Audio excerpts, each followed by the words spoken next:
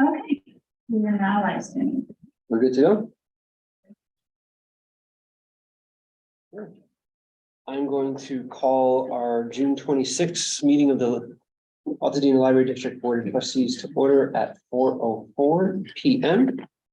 As always, we will start with the land acknowledgement. The Altadena Library District acknowledges its presence on the traditional, ancestral, and unceded land of the Gabrielino Tonga peoples. Altadena is located on the stolen homelands of the Hahamunga tribal band. The traditional territory of the Gabrielino Tonga is referred to as Tonga, which includes the areas currently known as Los Angeles County, Riverside County, West San Bernardino County, parts of Orange County, as well as the 4 Southern Channel Islands. Entities such as the U.S. government and non-native settlers have subjected the Gabrielino Tonga peoples to historic and continuing injustices, including genocide, forced displacement, and cultural and linguistic erasure. Altadena Library commits to learning, educating, and informing its staff and residents, present-day Altadena, about the rich histories, vibrant communities, and culture of the Gabrielino Tonga people, present and past, through our collection development, resources, and program offerings. Do we have any items to be reordered regarding the closed session? There's one item. I think we're good. Can I get a motion to approve the agenda for the closed session? So moved. Second. A second. Okay. Roll call, Trustee Lynn. Trustee Andrews. Aye. Trustee Clark. Aye. Trustee Wilkerson. Aye. That's an I vote for me as well. And do we have any public comment on the closed session? No public comment. No public comment. Okay. So with that said, can I get a motion to convene the closed session at 4:06? I'll make the motion. Second. We are recessed to closed session. Hopefully we will be back relatively soon. We're back relatively soon before the 5 o'clock time. Do we roll into the regular stuff? Yeah. Oh, okay. Great. Follow me. I'll-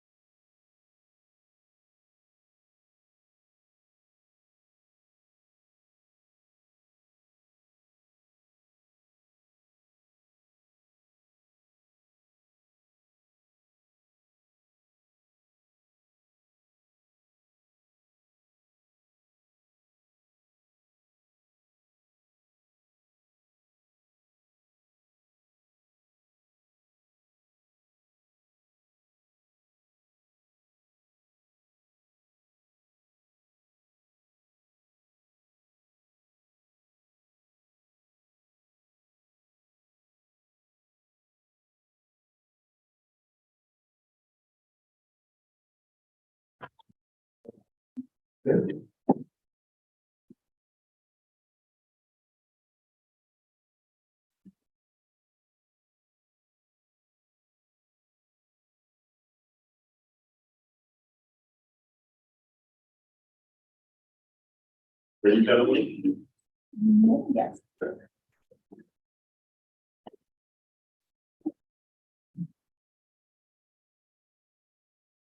We're good?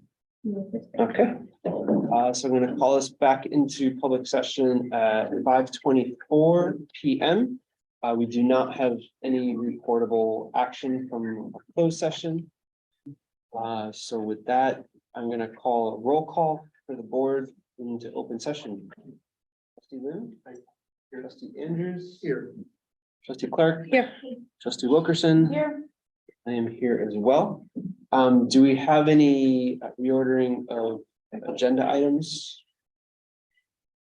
Okay, so can I get a motion to adopt the agenda? So moved. Second. Okay, I'll let Catalina figure that one out. Roll call vote then, trustee Lynn. Aye. Trustee Andrews. Aye. Trustee Clark. Aye. Trustee Wilkerson. Aye. As I vote for me as well, the agenda is adopted. Do we have any public comment on non-agenda items? We do have public comment. Oh, nice. Yeah. So there's a Who's gentleman in up? the audience, Cody. Okay. Hey. This is gonna be our best public comment ever. You got it, man. Let's do it.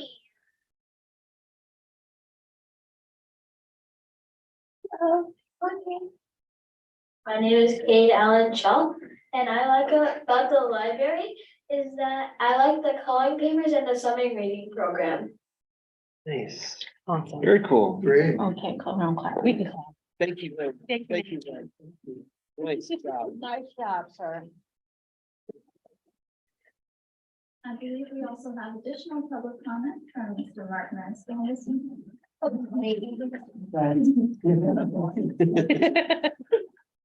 Right. Martin Mariscal, a local resident here, former trustee of the library, so thank you for your service, volunteer work. First of all, I want you to know that one of your trustees joined our Rotary Club on Saturday, doing our home bill. Oh, nice. And so, Camilla was like there at 7:45, ready to go, and I think you stayed all the way to the end, right? Stayed all the way to the end. I even left a little early to go up to the Davies building for the concert that we were sponsoring. So thank you for that, and thank you for, I know I came here at a public comment a few months ago and offered that opportunity for all of you. The other thing is, I just want to share that as a private citizen, that I think the Altadena trustees ought to take consideration of a future resolution on an agenda item. And I think you might consider supporting as an entity, a legal entity in Altadena, a government entity in Altadena, the movement that is being done through Judy Chu and Alex Padilla's office on asking the President of the United States to enlarge the monument, the Angeles Forest National Monument. They're trying to increase it by 109,700 acres or so. I think it ought to be 109,780 acres. And I think it ought to include the Nucio properties.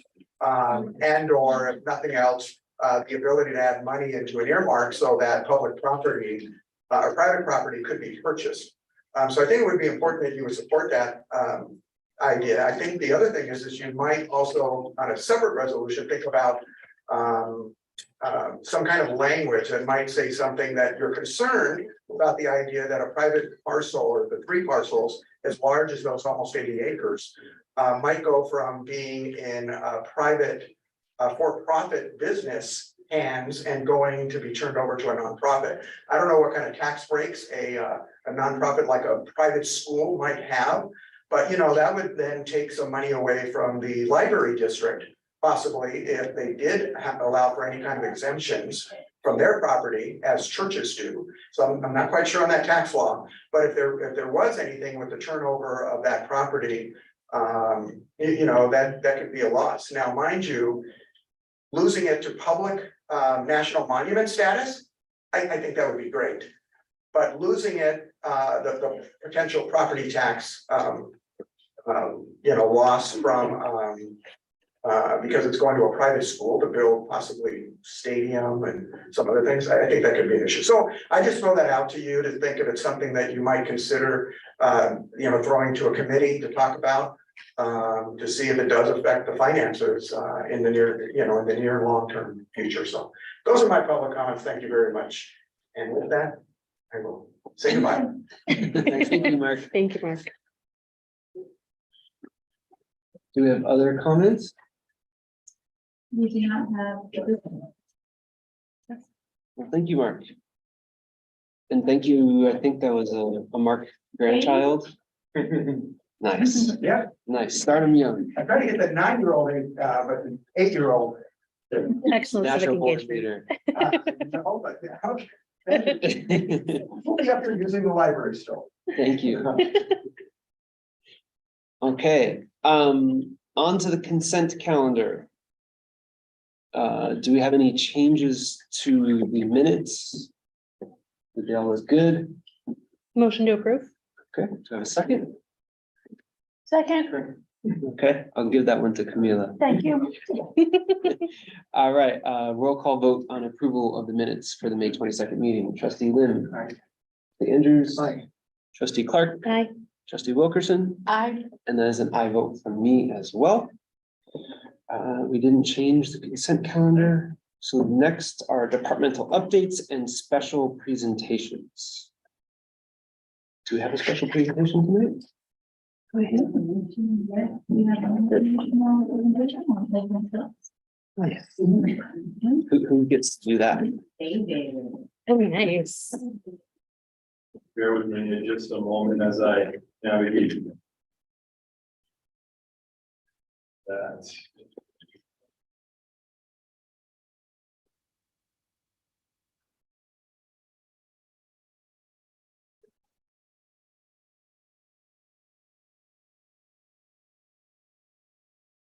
This is gonna be super cool.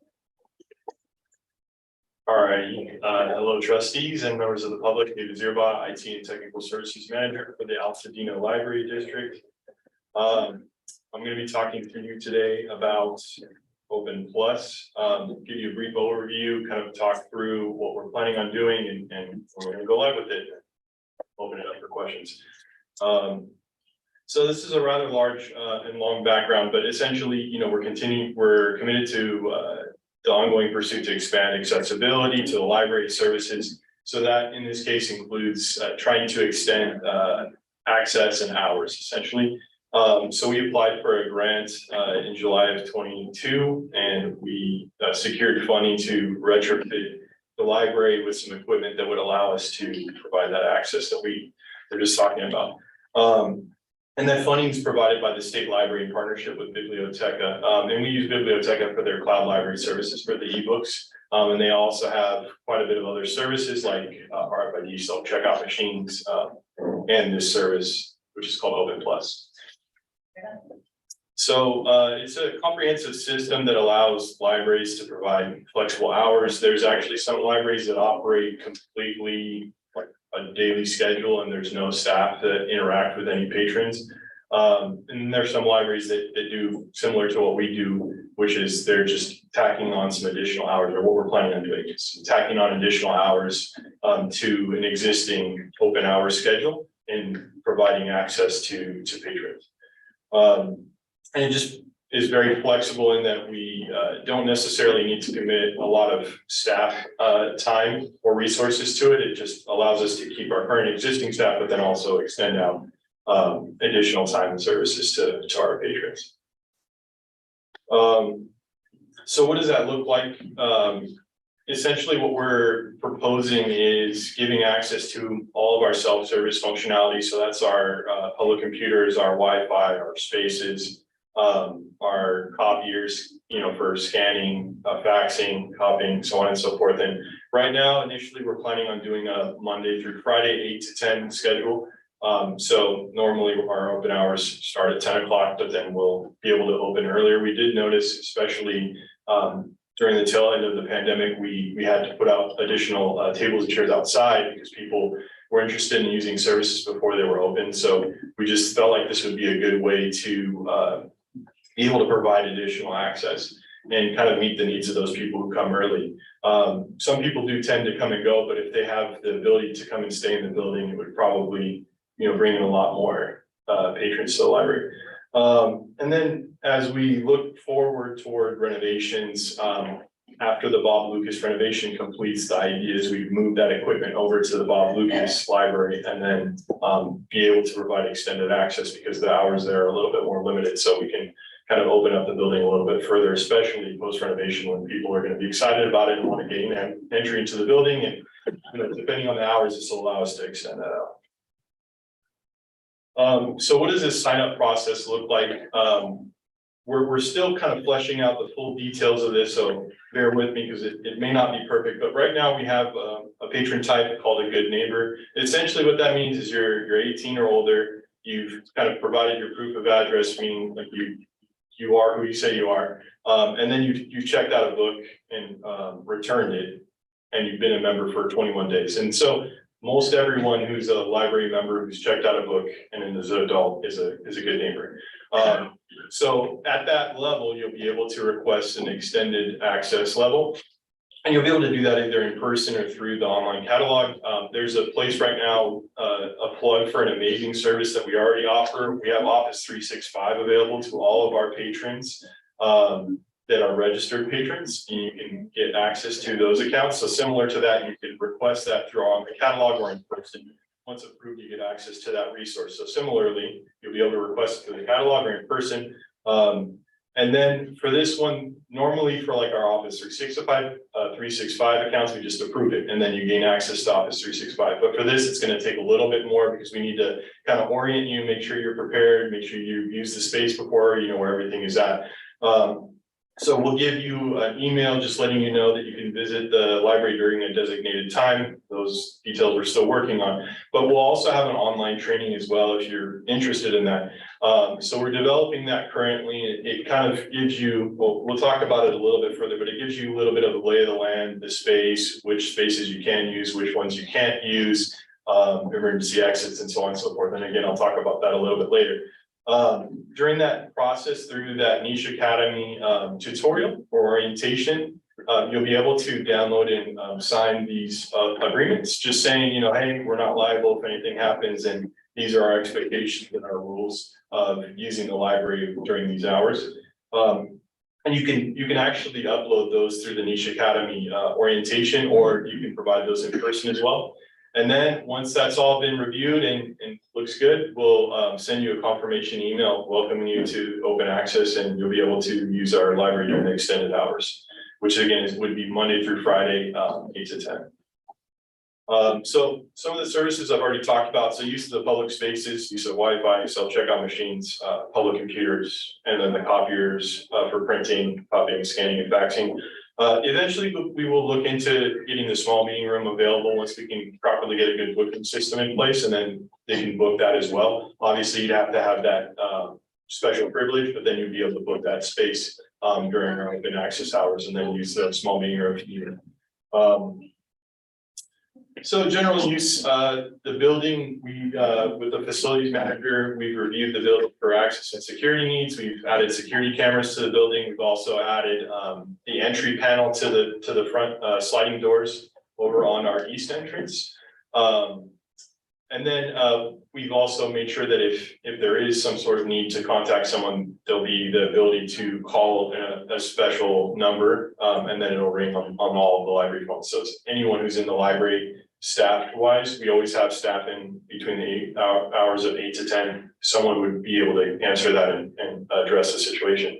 So again, we talked about these restrictions. You have to be a good neighbor, patron. Every adult using the library must be pre-approved. You're not allowed to, I'm skipping ahead, but you're not allowed to just let anyone else in. You're supposed to say, hey, you have to be this special status in order to access it. And we'll have signs on the windows so that people will know what that looks like. And you can bring in any minor that you're a guarantor of. And then if you do violate the policy, then that may result in removal of your access. We've talked to other libraries that have implemented this, and usually there have been some instances where someone kind of came in behind someone else and after being talked to this today, we're not gonna do that again, and there were no access removals, and so far it's been pretty smooth. For that.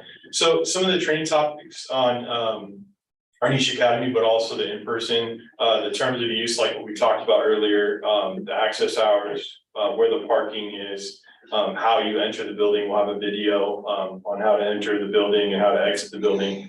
The building floor plan and layout, where the restrooms are, the services that are available, how to use our electronic resources that are inside the library, Wi-Fi computers, self-checkout machines, and then the emergency protocols. So what to do in an emergency power outage, network outage, and where the emergency exits are, where the extinguishers are, and so on and so forth. And then we'll have an extended version of that training for our staff so that they can go over both the patron version, but then, like some of the back end protocols on how to handle an emergency call that comes in, how to deal with opening as it relates to the building for this extended access and so on and so forth. So the expected go live, we were initially shooting for just about July, but it looks like we're gonna have to push it back just a tad. We want to make sure we have everything in place and our staff are properly trained on the use of this system. So we're pushing it back to August 1st. And so we'll do a soft launch of that. So we'll launch it, we'll provide the training, be able to give people access, and then from there, we'll probably market it once we feel like we're comfortable with the process and people are using the space carefully and we don't have to monitor as closely. So then probably about October is when we'll expect to do more of a marketing launch of this service. All right, and that is the end of my presentation. Thank you, and I'm happy to answer any questions you may have. So in terms of the training and the catalog checkout, is that for one time each time, or is there like a period? So the way the catalog part is just requesting access to this service. So you would go onto your account under your preferences and then request that. Or you can ask a staff person to do that for you. The training is a one-time training. So once you have that set up, then you get an approval status in the system. And then after that's been implemented, then the door will look for you having approved extended access. And then that's what allows you into the building. So you have to be a good neighbor, but then you also have to have this approval for this extended access service, and then it'll allow you into the building from there. And that'll be through the MyLibro app or what?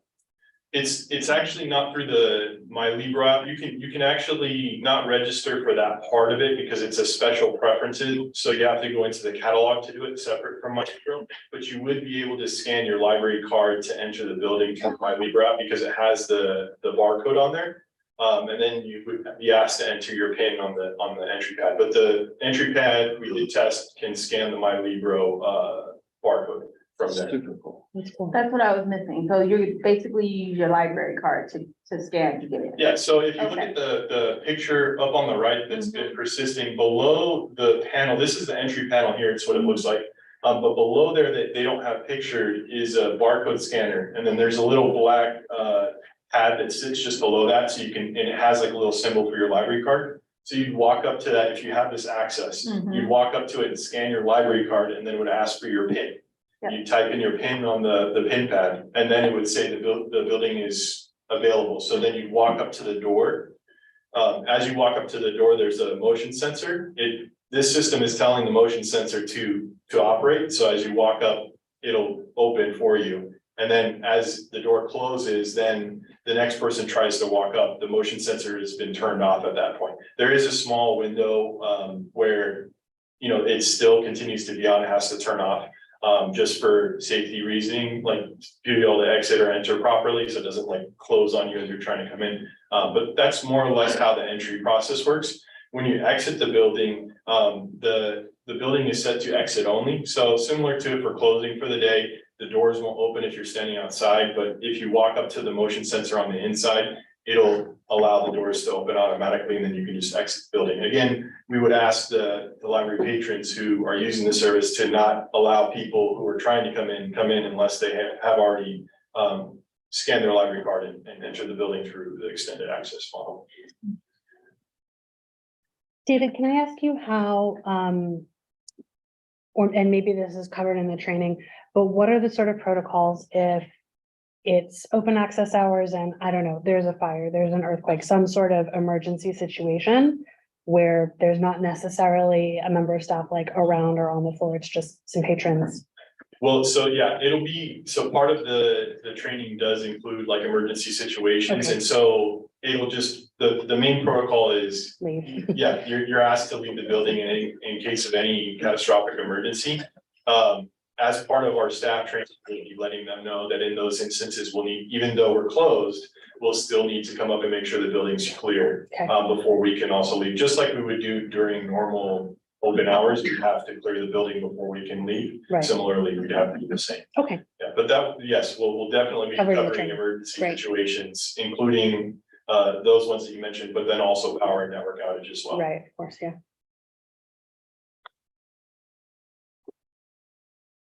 Other questions or comments? What is the, you have this soft period that you do in the startup kind of experimental period. What's your definition of success for this when you have that first sort of entry period into all this stuff? Well, at least initially, success is just proper, consistent use of it. I don't know if we necessarily have any metrics. I mean, fortunately, this service was really paid for through the state grant and also through Bibliotecas providing the hardware for it. I think, you know, like I say, proper, consistent use of it would be a complete success. And then as we start to market it, then we can look at metrics to try and build those out and try and see, you know, how many users can we get into the building and will that continue to grow Okay, as we continue to market it? And again, is it consistent and proper use of the extended access? Or are we having to secure the building more properly as more people try and use that service? and that's something that'll fall into your statistics line that you have? Yes. Okay, Yeah, and they have a really good statistics module through Biblioteca's software to measure how many people come into the building and the hours that they come in and everything like that. I know you mentioned, other agencies that have done this have had some isolated incidents of like someone slipping in after someone. Have there been any reported incidents of any type of emergency, like safety concerns or, you know, patrons fighting during, you know, like some emergency situation that might happen, someone being, you know, harmed or falling or hurting themselves? No, I don't think I've heard anything specific to that. I think it would just be handled similarly to any other incident. Obviously, we do have some cameras in the library now. Part of our training tells them that they can be monitored. Part of our use agreement says that they need to act properly in the library and that if there are any issues, like if it's an emergency, to dial 911. If it's a non-emergency, but requires staff intervention, that they should call that extension number. And then we would handle it like if we were open, deal with the situation accordingly, depending on what the situation is.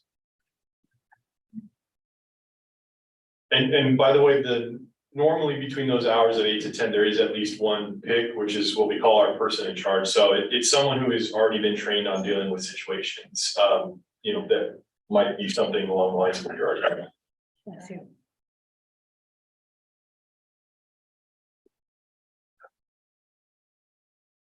great.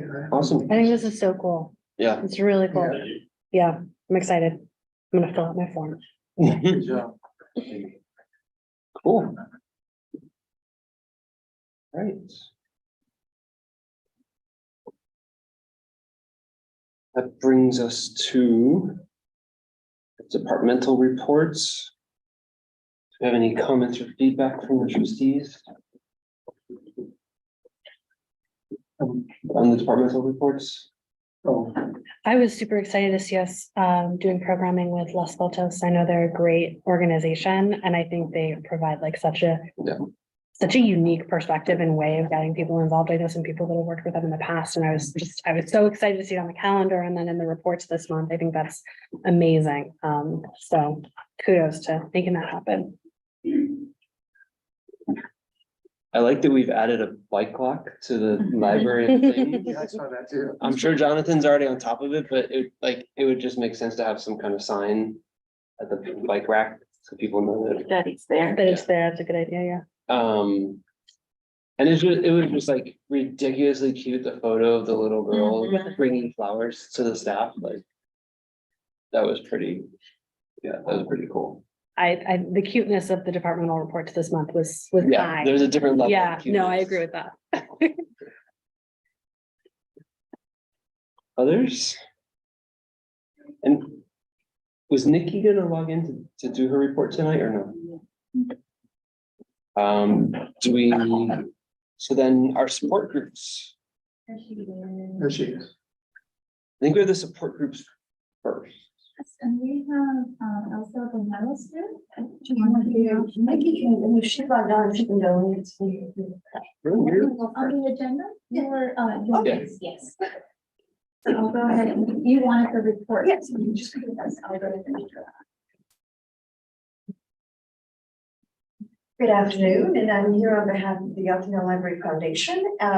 You have a report. So we met last May, and we celebrated a grant in the amount of $10,000 that we received from the Pasadena Tournament of Roses Foundation in support of the library of things, which is, we're just talking about that. We are in the process of strategically calling our past and present donors to thank them for their support and hopes of building stronger relationships and engaging them with opportunities for future support of the library. We had our first backyard social event at one of our directors' homes on April 15th. It went very well, and we are scheduled to have at least 2 more this year. Our donor recognition event took place yesterday at the McNally House, and I know many of you attended, and it was just a beautiful event. Many people showed up, and the McNallys were very generous in donating their house to us, and we are very thankful to them for that. And we are planning for the Taste of Dina. That is going to be taking place on September 30th. We have secured some sponsorships, but we're still in the process of trying to see if we can get more. Our next meeting is scheduled for July 12th, and we have 2 more meetings after that, one September and one December 13th. Thank you so much. And thank you to, I want to just emphasize the event yesterday was amazing. I know a lot of people put a lot of time and energy into it, so please make sure to thank all of them for us. Here, yeah. Showing up. Cool. So no report from the Friends, is that correct? Okay, so then pass it on to Nikki for the director's report. All right, good evening.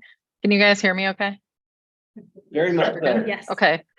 I guess being that we don't have the Friends there, I will just throw out there that they did have their annual membership meeting on the first Tuesday of June, and their guest speaker was none other than Trustee Boone, Dr. Boone Lim, who gave a really interesting presentation about his work.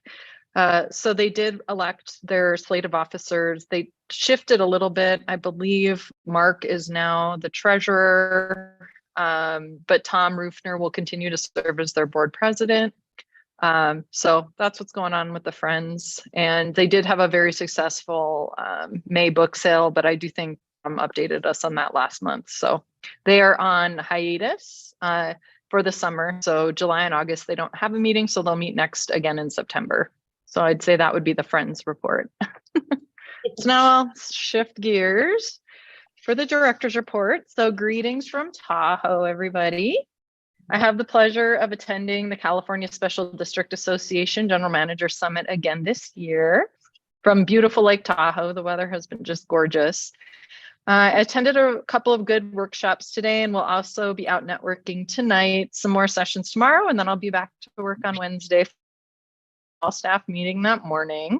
Thank you to the Board of Trustees for your continued support of professional development for all ALD staff. We also have a librarian right now at ALE in Chicago, so hopefully her and I could provide good reports for you guys on what we learned in these conferences going on.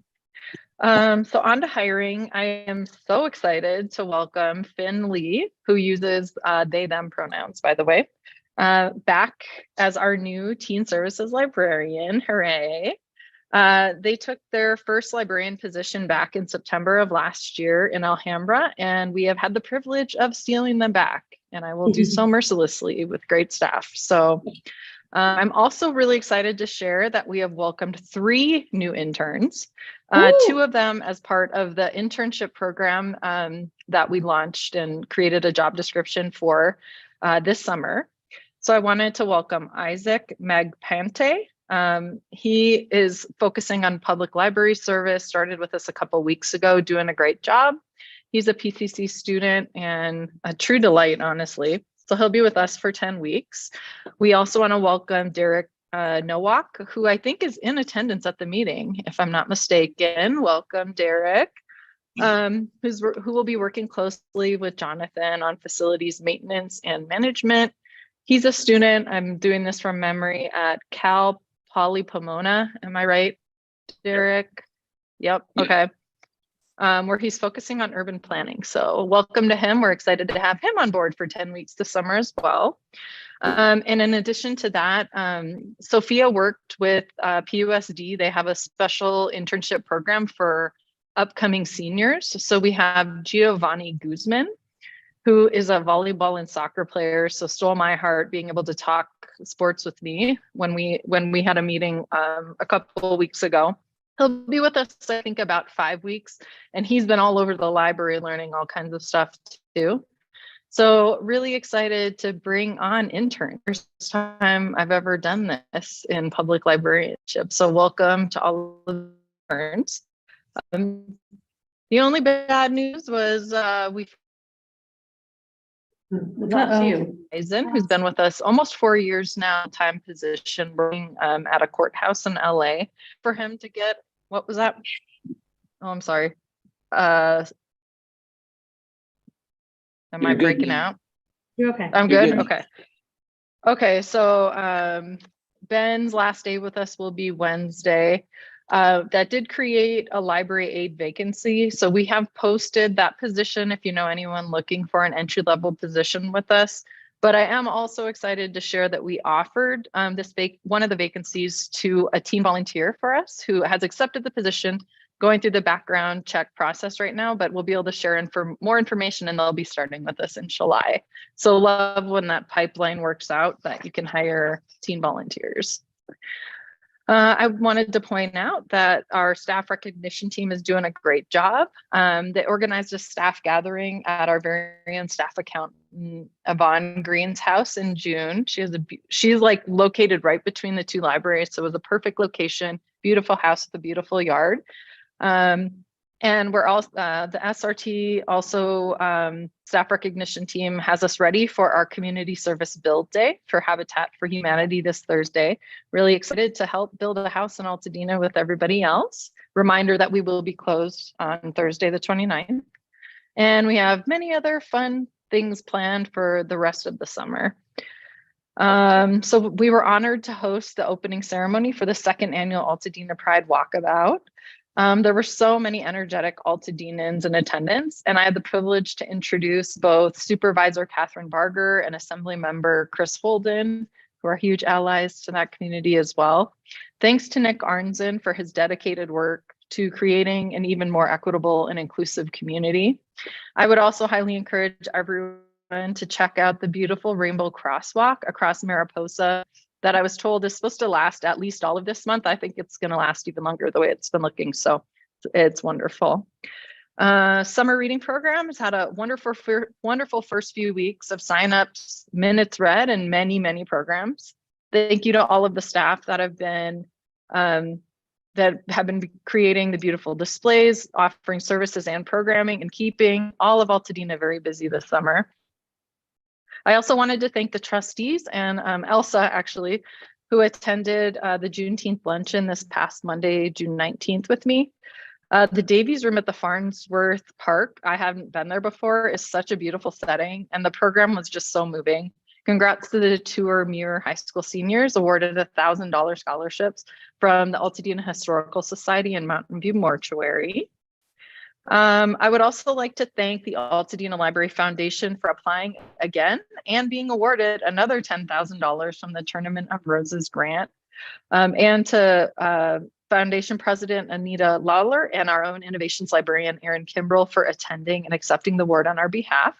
With that $10,000, we will be expanding the Library of Things. And I think that's it. Happy to answer any questions you may have. Steve? I think we're good. Thank you so much, Nikki, for joining us from far, far away. Yeah. Yeah, you got it. Okay. Financial reports. Here we go. So now I'll put on my financial hat. Okay, so in the board package, you'll find, starting on page 46, our financial reports for the month of May 2023. The financial statements are unaudited, and currently we are at 92% of our budget year. As indicated on the budget to actual report, our revenue right now is almost 4.4 million, with year-to-date expenses at just over 3.6 million, resulting in a net income right now of $759,619, which puts us at 104% of projected revenue, which is why we're showing such a high net income at this point. Overall, we're 88% expended thus far, so on track to finish this fiscal year in a really strong position. The combined total of general funds held with class, Los Angeles County, and checking is just over 5.2 million, which is well over our reserve 50% of just over $2 million we need to have. Total assets are $34,269,983. And I did want to point out that we made almost $19,000 in interest in what we're holding with class just in the month of May. So yay for investing with class. Happy to hopefully answer any questions you might have on the financials. I have a real quick question. Sure. So I was trying to parse out where to find the interest income, and can you help me understand where to see it? Is because we've got like interest income basically on every set of schedules, and so I'm not totally clear where the class money is, or maybe it's split across all three. Yeah, so right now we have two accounts with class. One is just general fund. So line 5 of the general fund report is what we were making in interest. And I can't say 100% that that's all class, because there may be a little bit from the county and other places, but generally like almost all of line 5 is what's making that interest on with the class money. Got it. Okay. So that interest income is our general operations and reserve money that's sitting in class, correct? Correct. Yes. Perfect. Okay. Sorry, keep going. So then like, I was just looking at it on page 51. This is where all of the bond proceeds as well as the grant proceeds. So as you can see, line 2 has a 22.9 and total bond proceeds. Some of that's liquid with US Bank, some of it is invested. And then line 3 now shows the 3.789 that we invested with class as a separate sub account. Yes. So the interest that's being made is in line 4. And that's on both? On both. On both, okay. Yeah, so if I logged in, we probably made a similar amount in class with both, because we have just around 3.8 to 4 million in each sub account. So like we're making basically that $19,000 just on the grant funding that we have sitting with class as well. Got it. Okay. Does that help? Yes. Yeah. I mean, I know we just have so many reports. I could probably ask to spell it out a little more if you needed to, but that's kind of how they're being accounted for. Totally answered my question. Okay. Good. I'm learning stuff. Oh.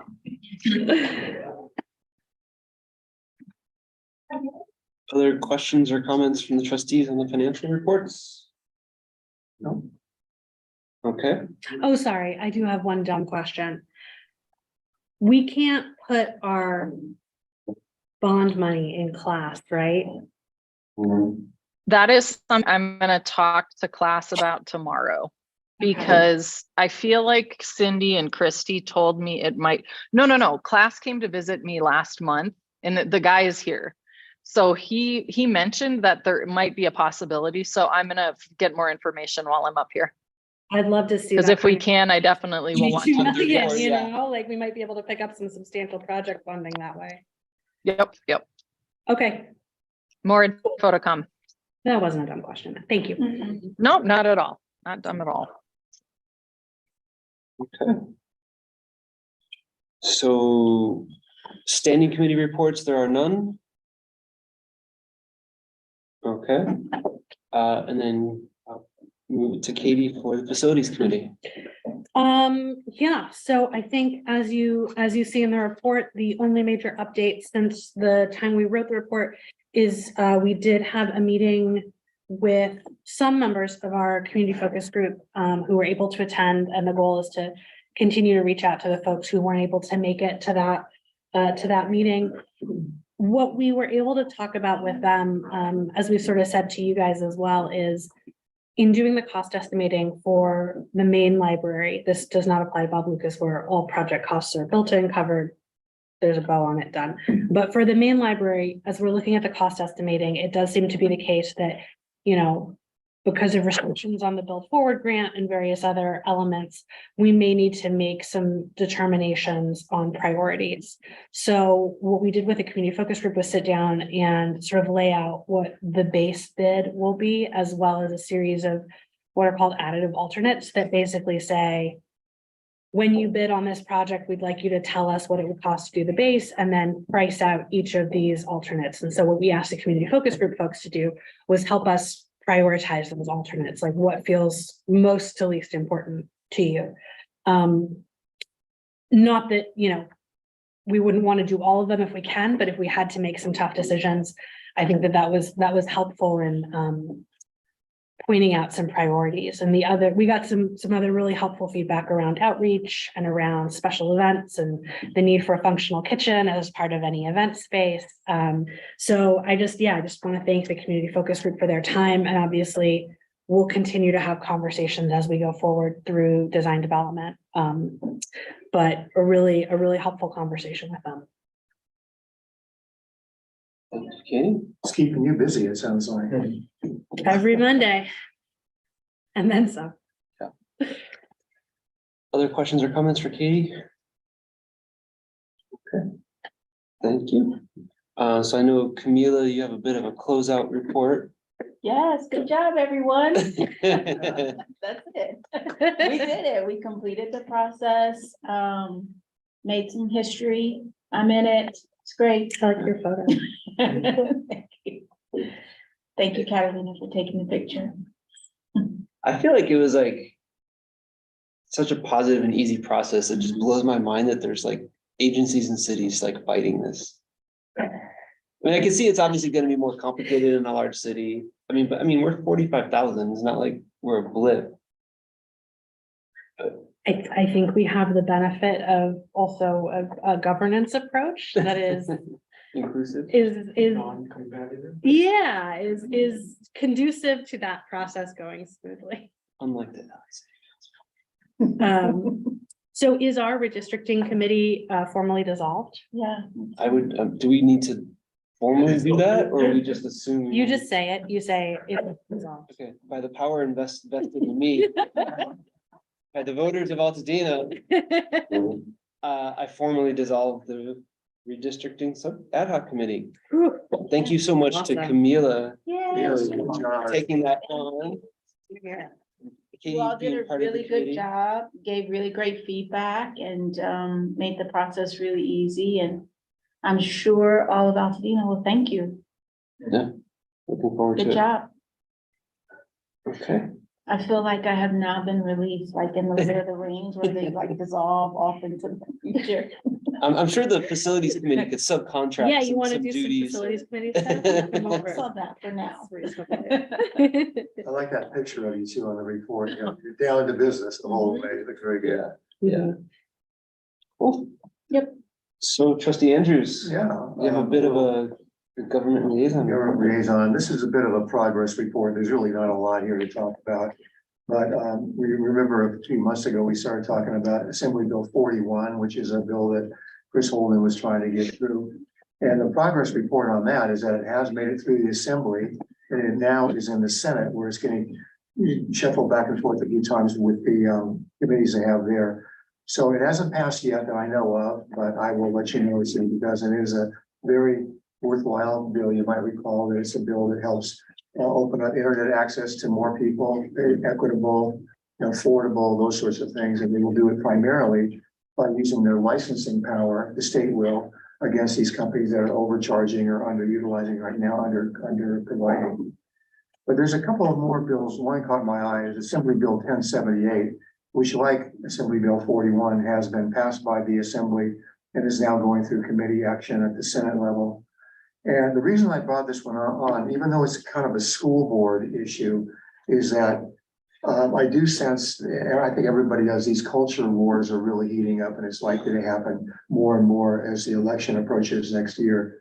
And it's good for us to know what kind of waters we're swimming in right now. The other night in Glendale, there was a guy that was arrested at the school board meeting because of the woke agenda and the, all the other things that are hot button topics right now. So it's striking a little closer to home than we would think here in Southern California.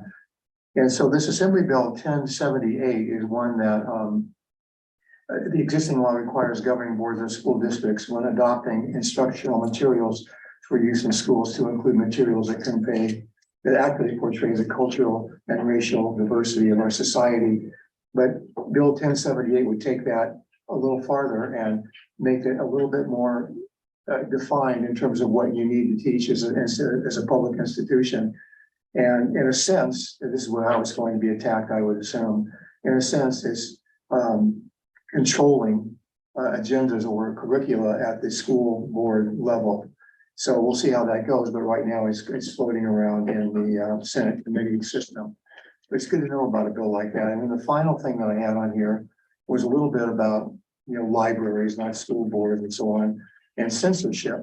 And this is something that you may already be aware of, but when you look at the American Library Association website, which is very useful if you're interested in libraries at all, the number of books that were, I guess, applied to be banned, whatever the term is, doubled from 2021 to 2022.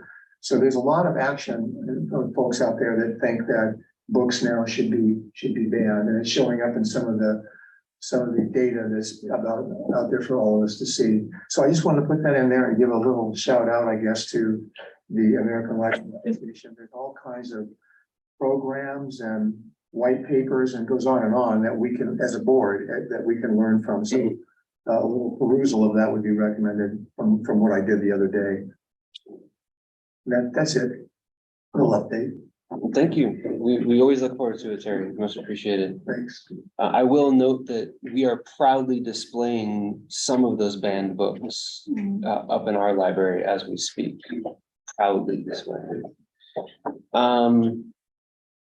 Okay. So do we have any trustee reports? I just want to follow up. I know Nikki mentioned a few of us went to the Juneteenth celebration. I also want to highlight, via my mountain bike, attended a community event earlier that morning. I know Trustee Wilkerson was there as well. For those of you that may or may not know the hiking trails above JPL, if you haven't explored them, I would encourage you at the intersection of Brown Mountain Trail and El Prieto Trail. There was an unveiling of an official historical placard, an informational placard honoring Robert Owens, who the trail is actually named after. And besides just how cool it is to have that piece of history now there permanently, so that people know where this trail and why that trail even exists. For those of you who don't know, Robert Owens was a slave who bought his own freedom, moved to Los Angeles, and at one point was the largest and wealthiest landowner in Los Angeles. And he got his start logging that canyon. That's how he started. And the coolest part about the whole project was just how reflective I think it is of our community here in Altadena, where you had a volunteer-based mountain bike trail crew called Lowlifes partnering with Altadena Historical to make this project happen. So it was just really, really cool, and the community turnout was amazing. And I think I just wanted to highlight the kind of local history that's happening too. So other trustee reports. Okay. I don't believe we have any unfinished business. It's not on the agenda.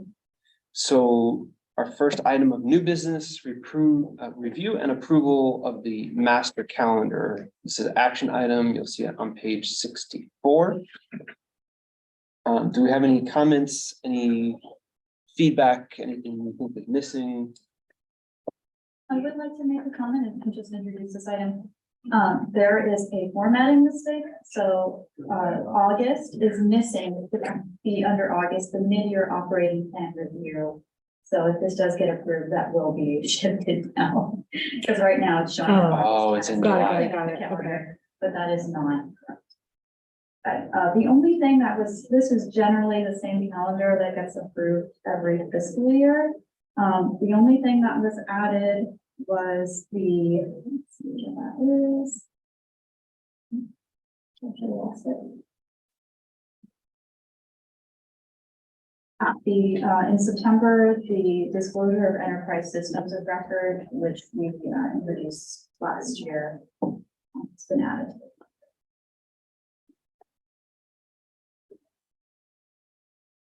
Question? Yeah, how do so we approve with amendment? Or like, Yeah, yeah, so I would just ask for a motion to approve with that one amendment that Right. the mid-year operating plan review be moved to August.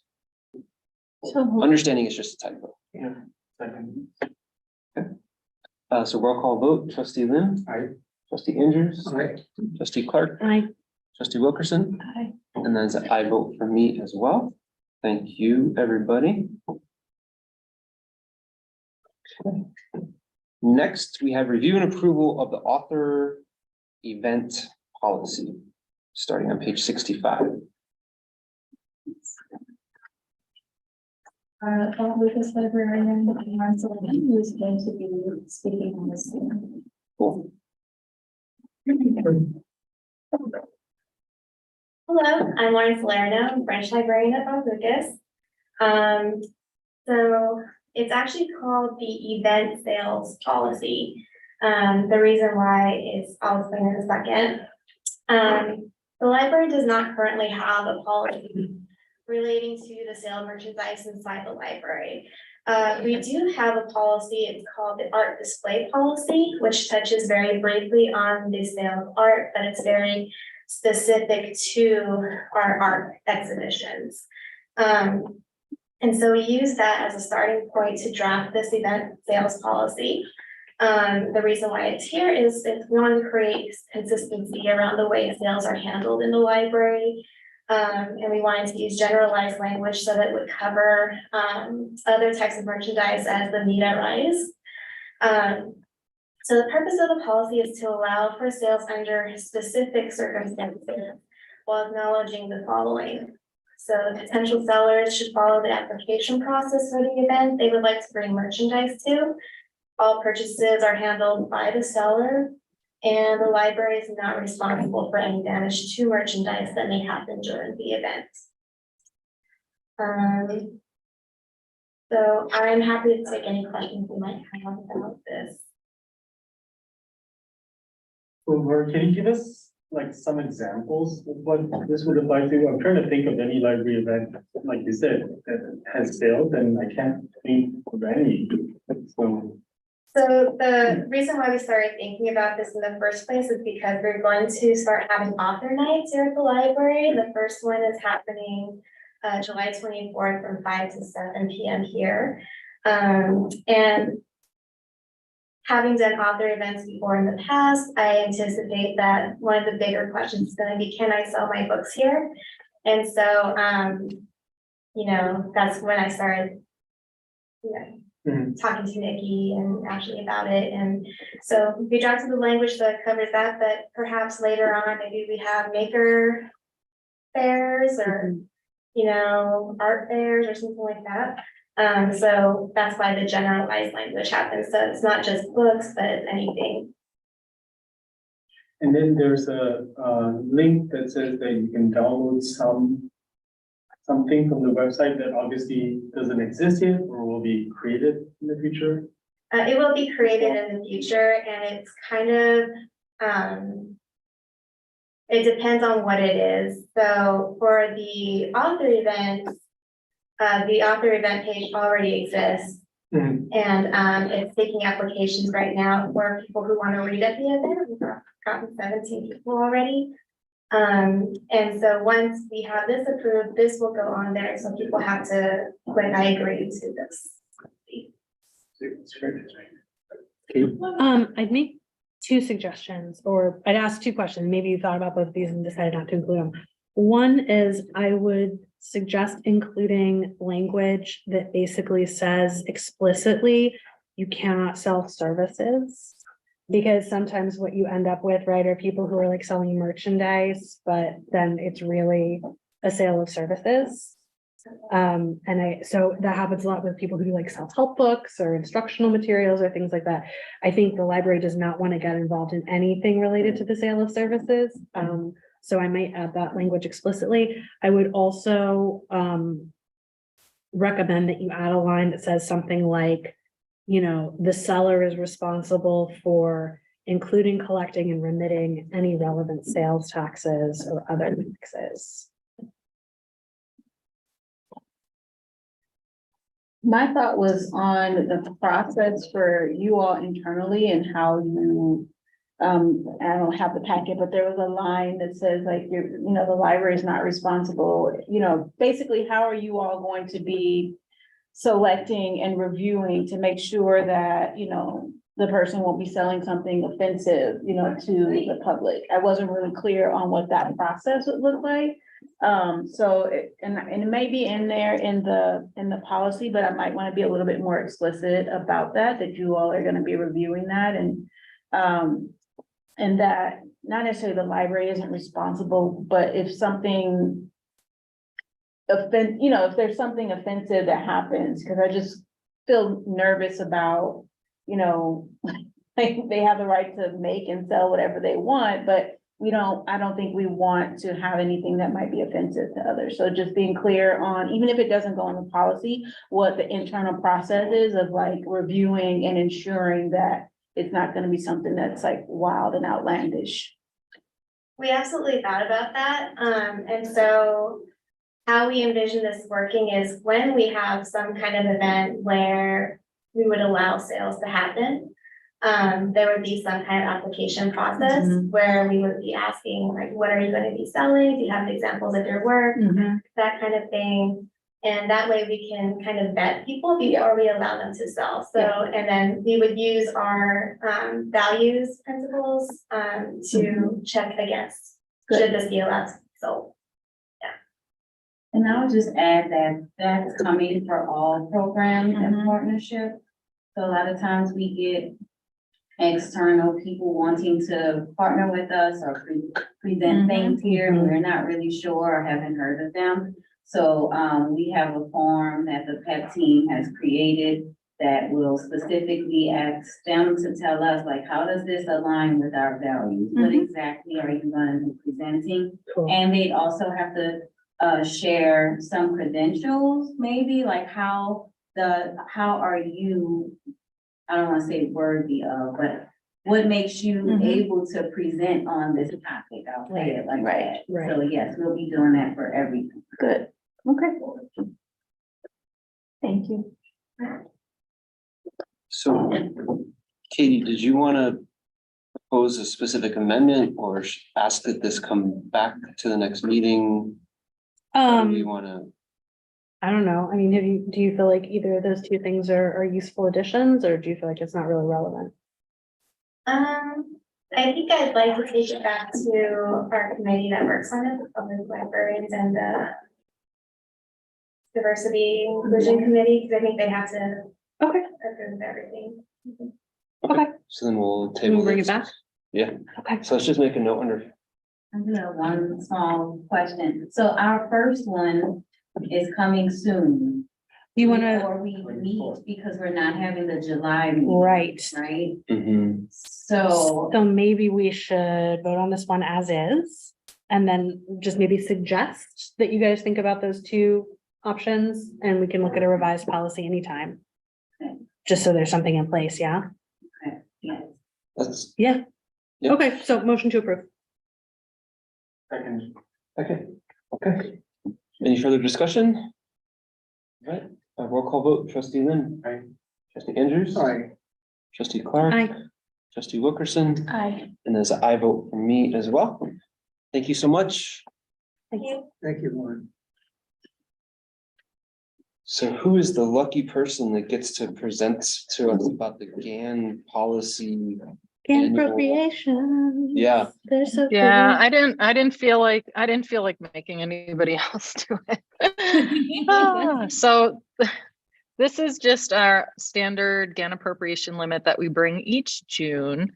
So in more layman's terms, I would say in 1980, California passed a law that limits how much government agencies can raise their budget based on inflation, population, and other factors. So to calculate our rate, you have to go in and take a look at inflation and then plug that number in, as well as population, which was decreased a little bit actually based on the last year. Put the numbers in, and it put our GAN limit at $4,718,443 for next fiscal year. As you can see, the budget that we presented and was approved by the board in May is $4,302,900. So this puts us over $400,000 below the GAN limitation and in compliance with state law. So I present the GAN limitation and recommend that you guys approve it. And as you can see, the second page spells out how those calculations are made. Questions or comments? I think it shows a pretty prudent use of our local taxpayer resources, that's for sure. So can I get a motion to approve? I move to approve. Second? Okay, roll call vote, trustee Lynn. Trustee Andrews. Aye. Trustee Clark. Aye. Trustee Wilkerson. And that is an I vote from me as well. Thank you, everybody. Next up, Mr. Zierbaugh. IT specialist job description. This is also an action item. Hello again, board members and members of the public. What you have before you is a IT specialist job description. Yeah, so I've been in this position about 1.5 years now, had a little bit of the lay of the land and been able to review different policies, procedures, kind of get an understanding of what the current needs of IT staff are. As you know, we only have one IT staff person. So if someone were to go out on you know, some form of leave, call it paternity perhaps. It may put a strain on the organization. But to get a little bit more serious, you know, there's a lot going on in Altadena Library District. A lot of it involves technology, as you know. You know, we have a lot of things coming up like building projects, renovations. There's things like administrative tasks, you know, normal management activities, policies, planning, security, audits, so on and so forth. And that's not to mention some of the other tasks like onboarding, technology, training, maintenance, system updates, meetings, and much more. And so I bring that up just to say that as we think about the future of our library, technology is becoming more and more important. And that's why we believe it's necessary to hire an additional IT staff member, and this will help us be better prepared for future growth of technology. And again, you know, make sure we have that redundant coverage in case there's any issues or leave taken. And so, as I say, before you use a job description for a specialist position, the position is unique in that it kind of has a wide array of different functions. There are similar positions out there. Application specialist is a similar position. And the idea being is they kind of focus in on a wide array of services, and it can kind of help out in various aspects of, you're talking reservation for systems management, servers, a little bit of networking, computer deployments, implementations, new service protocols and procedures, and more. Happy to answer any questions on that. Okay. Questions or comments? Please. I just have a quick one. Is the level of experience like commensurate with what you need? 3 years seems a little light, given what you're asking. Well, I think it depends on the experience that they do have. You know, at a minimum, the computer support would be good enough to be able to support the library, and then they could always learn. So I think that's like the minimum qualification, but we can, you know, we would probably field applicants much beyond that. But at a minimum, I think that would be required. We are a smaller organization, and so this person can continue to grow and learn within the organization. So we're trying to give opportunity for that, in addition to obviously being able to field higher level staff as well, who could do higher level tasks, server administration, things like that. Okay. Other questions? So I have a silly question. Why do you need driver's license for this? Because you would be going to visit the branch and potentially troubleshooting over there. So you need to be able to drive on city business or district business. You could bike, right? Just saying, I'm just curious. That's interesting. Yeah, we require that. It's a standard statement for all of our employees. All of them are required to have a driver's license because they may be asked to drive on business for outreach events and so on and so forth. Okay. Others? Seems good, definitely needed. Yeah. Yeah. So motion to approve, So moved. second, Second. okay. Roll call vote, trustee Lynn, Aye. trustee Andrews, Aye. trustee Clark, Hi. trustee Wilkerson, Aye. and as I vote for me as well. Thank you, everybody. Good luck. Hope you get good people. So that one was fun. The next one, I don't know how much fun it is, but action item, ask the auditor controller to prepare our new tax roll for the Altadena Library District. That's you, Nikki. Yep, back again. I'm not sure what resolution number this is. We'll make sure to fill that in. It's 2023 dash whatever. I'm sure Catalina has that number handy, but again, this is what we file each year in relation to what we often refer to as Measure A parcel tax, where we set the rate for per parcel for the next year. Again, this will sunset in 24-25, so we'll be setting the rate this year, and then again one more time.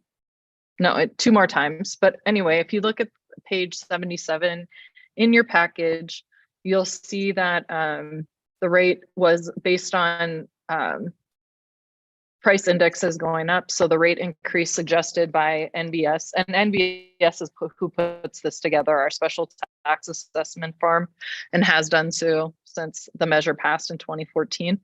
The single family rate will go from $62.09 to $65.26. Apartment unit from $42.56 to $44.73. Commercial under 10,000 square feet, $125.92 up to $132.34. And commercial over 10,000 square feet will rise from $170.25 to $178.93. So again, we just need to pass a resolution so we can file this with the auditor controller, and they'll collect at that rate for the next fiscal year. Happy to answer any questions you may have. I should know this, but there's no low income or any kind of exemptions built into the Measure A There taxes. is. Oh, is there? People, Okay. people can file for exemptions. My understanding is that nobody really has on this parcel tax. Okay. Whereas with our newer one, we do have people that have filed. Okay, got it. Other questions? Okay, motion to approve. So moved. Any seconds? Well, second. Roll call vote, trustee Lynn. Aye.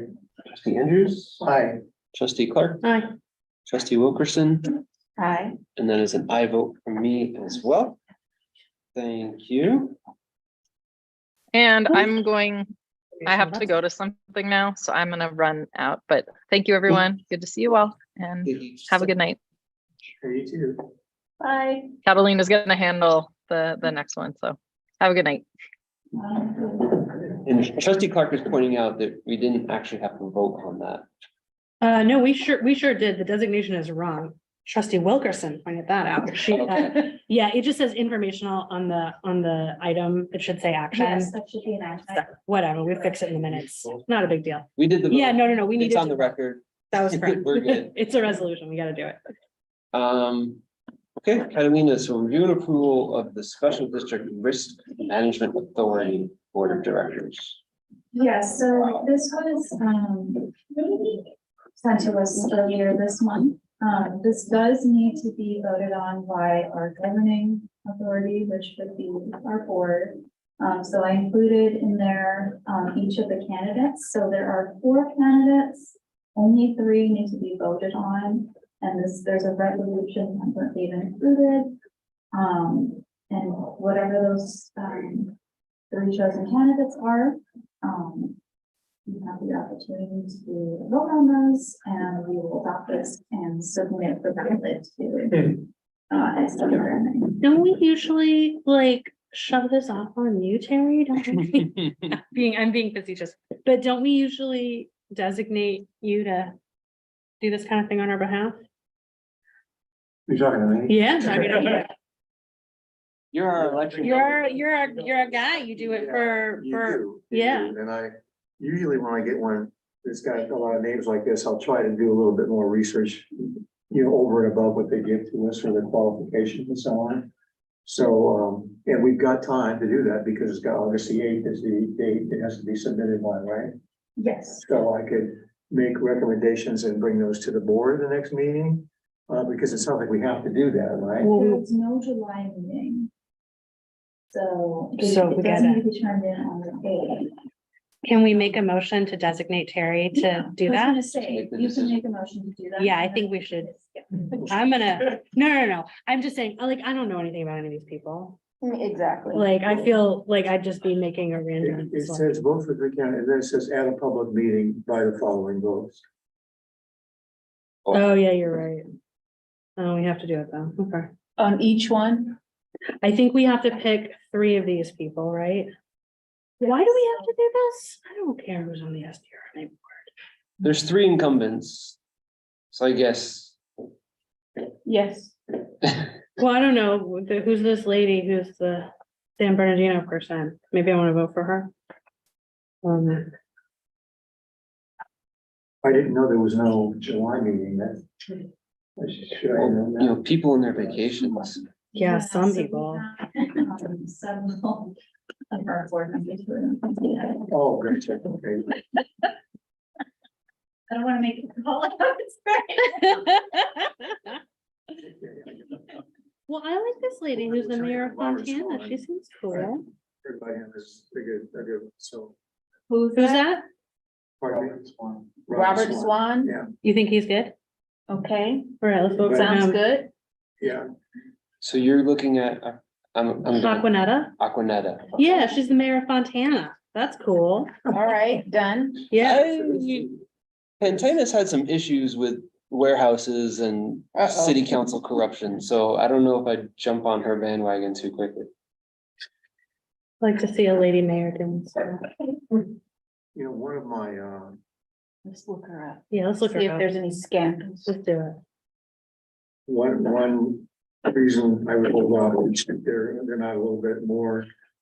Is really not that much of a binding thing for me. I mean, if you wanna pick a few names at this meeting and both goes in, that works for me as well. I could say, generally speaking, incumbents have done a pretty good job in their next term on these boards. But that's just reinforcing the status quo, Terry. You know, It does. maybe we're just, That's why we have 2 party system. yeah.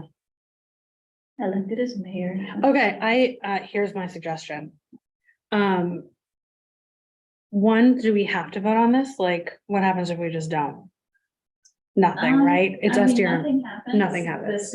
It just needs to be approved if you do vote by a governing. So what we could do is we could unanimously vote to approve Terry's choices, and then that would cover, Yes, however you'd like to. or somebody. I'm not saying Terry has to, but like, I don't know. I feel like otherwise it's just sort of. Oh, is she?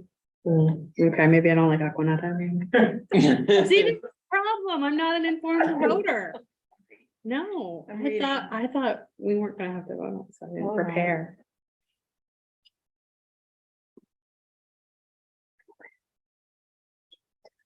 Well, I'm not quite sure. Going forward, I mean, we don't have to vote on this, it's true.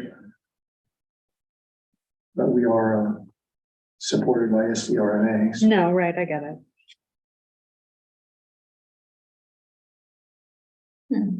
I would suggest that either we don't vote or we designate somebody to look up these people seriously and make a vote and, you know, do it on our behalf. Yeah, you know, we do it. I just don't know how to handle add a public meeting by the following votes on the page where it's approved. Well, the public meeting by the following votes would be today unanimously, because we're just saying whatever you decide, we're endorsing. You're giving me kind of. Yeah. Attorney. Yeah, basically. Okay. Well, that's good, and I can get it back to you and mail it in, right? Yeah. Yeah, you can Or vote just to like, elect that Terry. Yeah. the Final decision on votes. Yeah. Yeah. I mean, Or not, like, we can sit here and we can learn about these people also. I don't know. However you. like to move forward. Their donations. Oh, my Communist Party. goodness. Uh-oh. Do that again. Do that again. She's out. Yeah, we can't do it. Okay, all right, then it's the three incumbents. Incumbents it Yeah, is. It looks like she might be penalized by fading. the FPCC for taking donations from the Communist Party of China and not reporting All right, to run for mayor of which one Montana. is this? Fontana. that Fontana lady, never mind. I withdraw my complaint about that. Yunnan province. Yeah, that's. She won by a generally why I substantial Google amount, this. so it looks like, so maybe it helps, That's a maybe it helps. pretty her. good letter. Yeah, Okay. I think, I think we let Terry do it, Right. but I think the three incumbents is probably, yeah. I'd say, I mean, we can do it now as far as I'm concerned, and you go for the incumbents. And I feel comfortable with that. I'm fine with I that. feel That's comfortable with fine. that also. Yeah, good enough for me. So Is that a formal? I'll make the motion that we do that we vote for all three incumbents, even though that's how systems are reproduced. For this board that we, none of us and know what it I does. second that motion. I'm sorry. All right, roll call vote, trustee Lim, Aye. trustee Andrew, Aye. trustee Clark, Aye. trustee Wilkerson, Yes. and that's an I vote for me as well. Woo-hoo. Does the secretary sign this then, or whoever, how does that work? Sign it. This is like such a complicated thing. Good lord. Catalina, do you need me to sign that Yeah, so I'll resolution? print this out, so. you- So grumpy about it. Why do we have to vote? on it? We don't, but we're just, because they write they're our insurance Yeah. carrier, so it's probably in our best interest. You know about. Do we have any governance reports? Or items? Okay. Any correspondence? Nope. Any proposed future agenda items?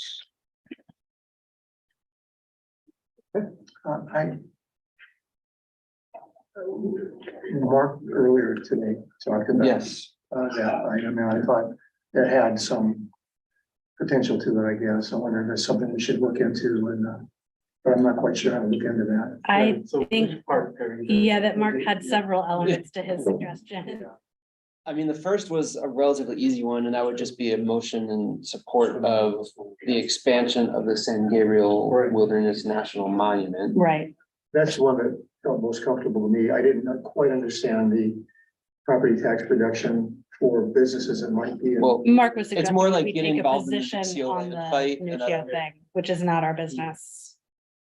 Yeah, Yeah. So, I mean, to me, the endorsement from the library about something like that, but I'm not, Judy Chu was behind it, right?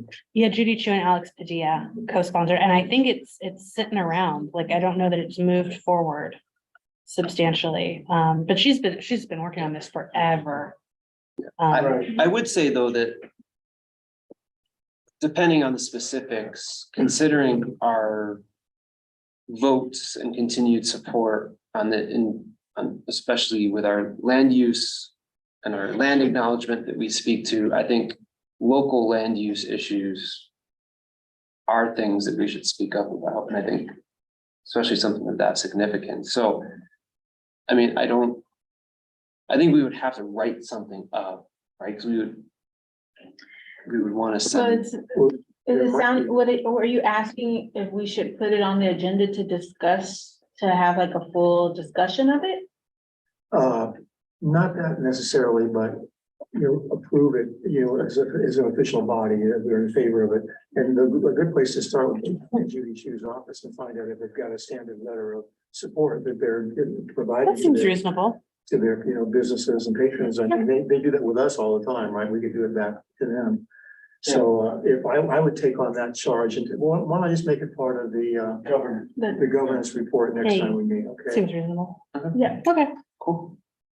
thank you for doing that. yeah, Terry. thank you. So can I get a motion to adjourn? So moved. Okay, we are adjourned at 6:44 PM. Hey. Thank you very much, everyone. Speedy. Yeah. I thought we were gonna be.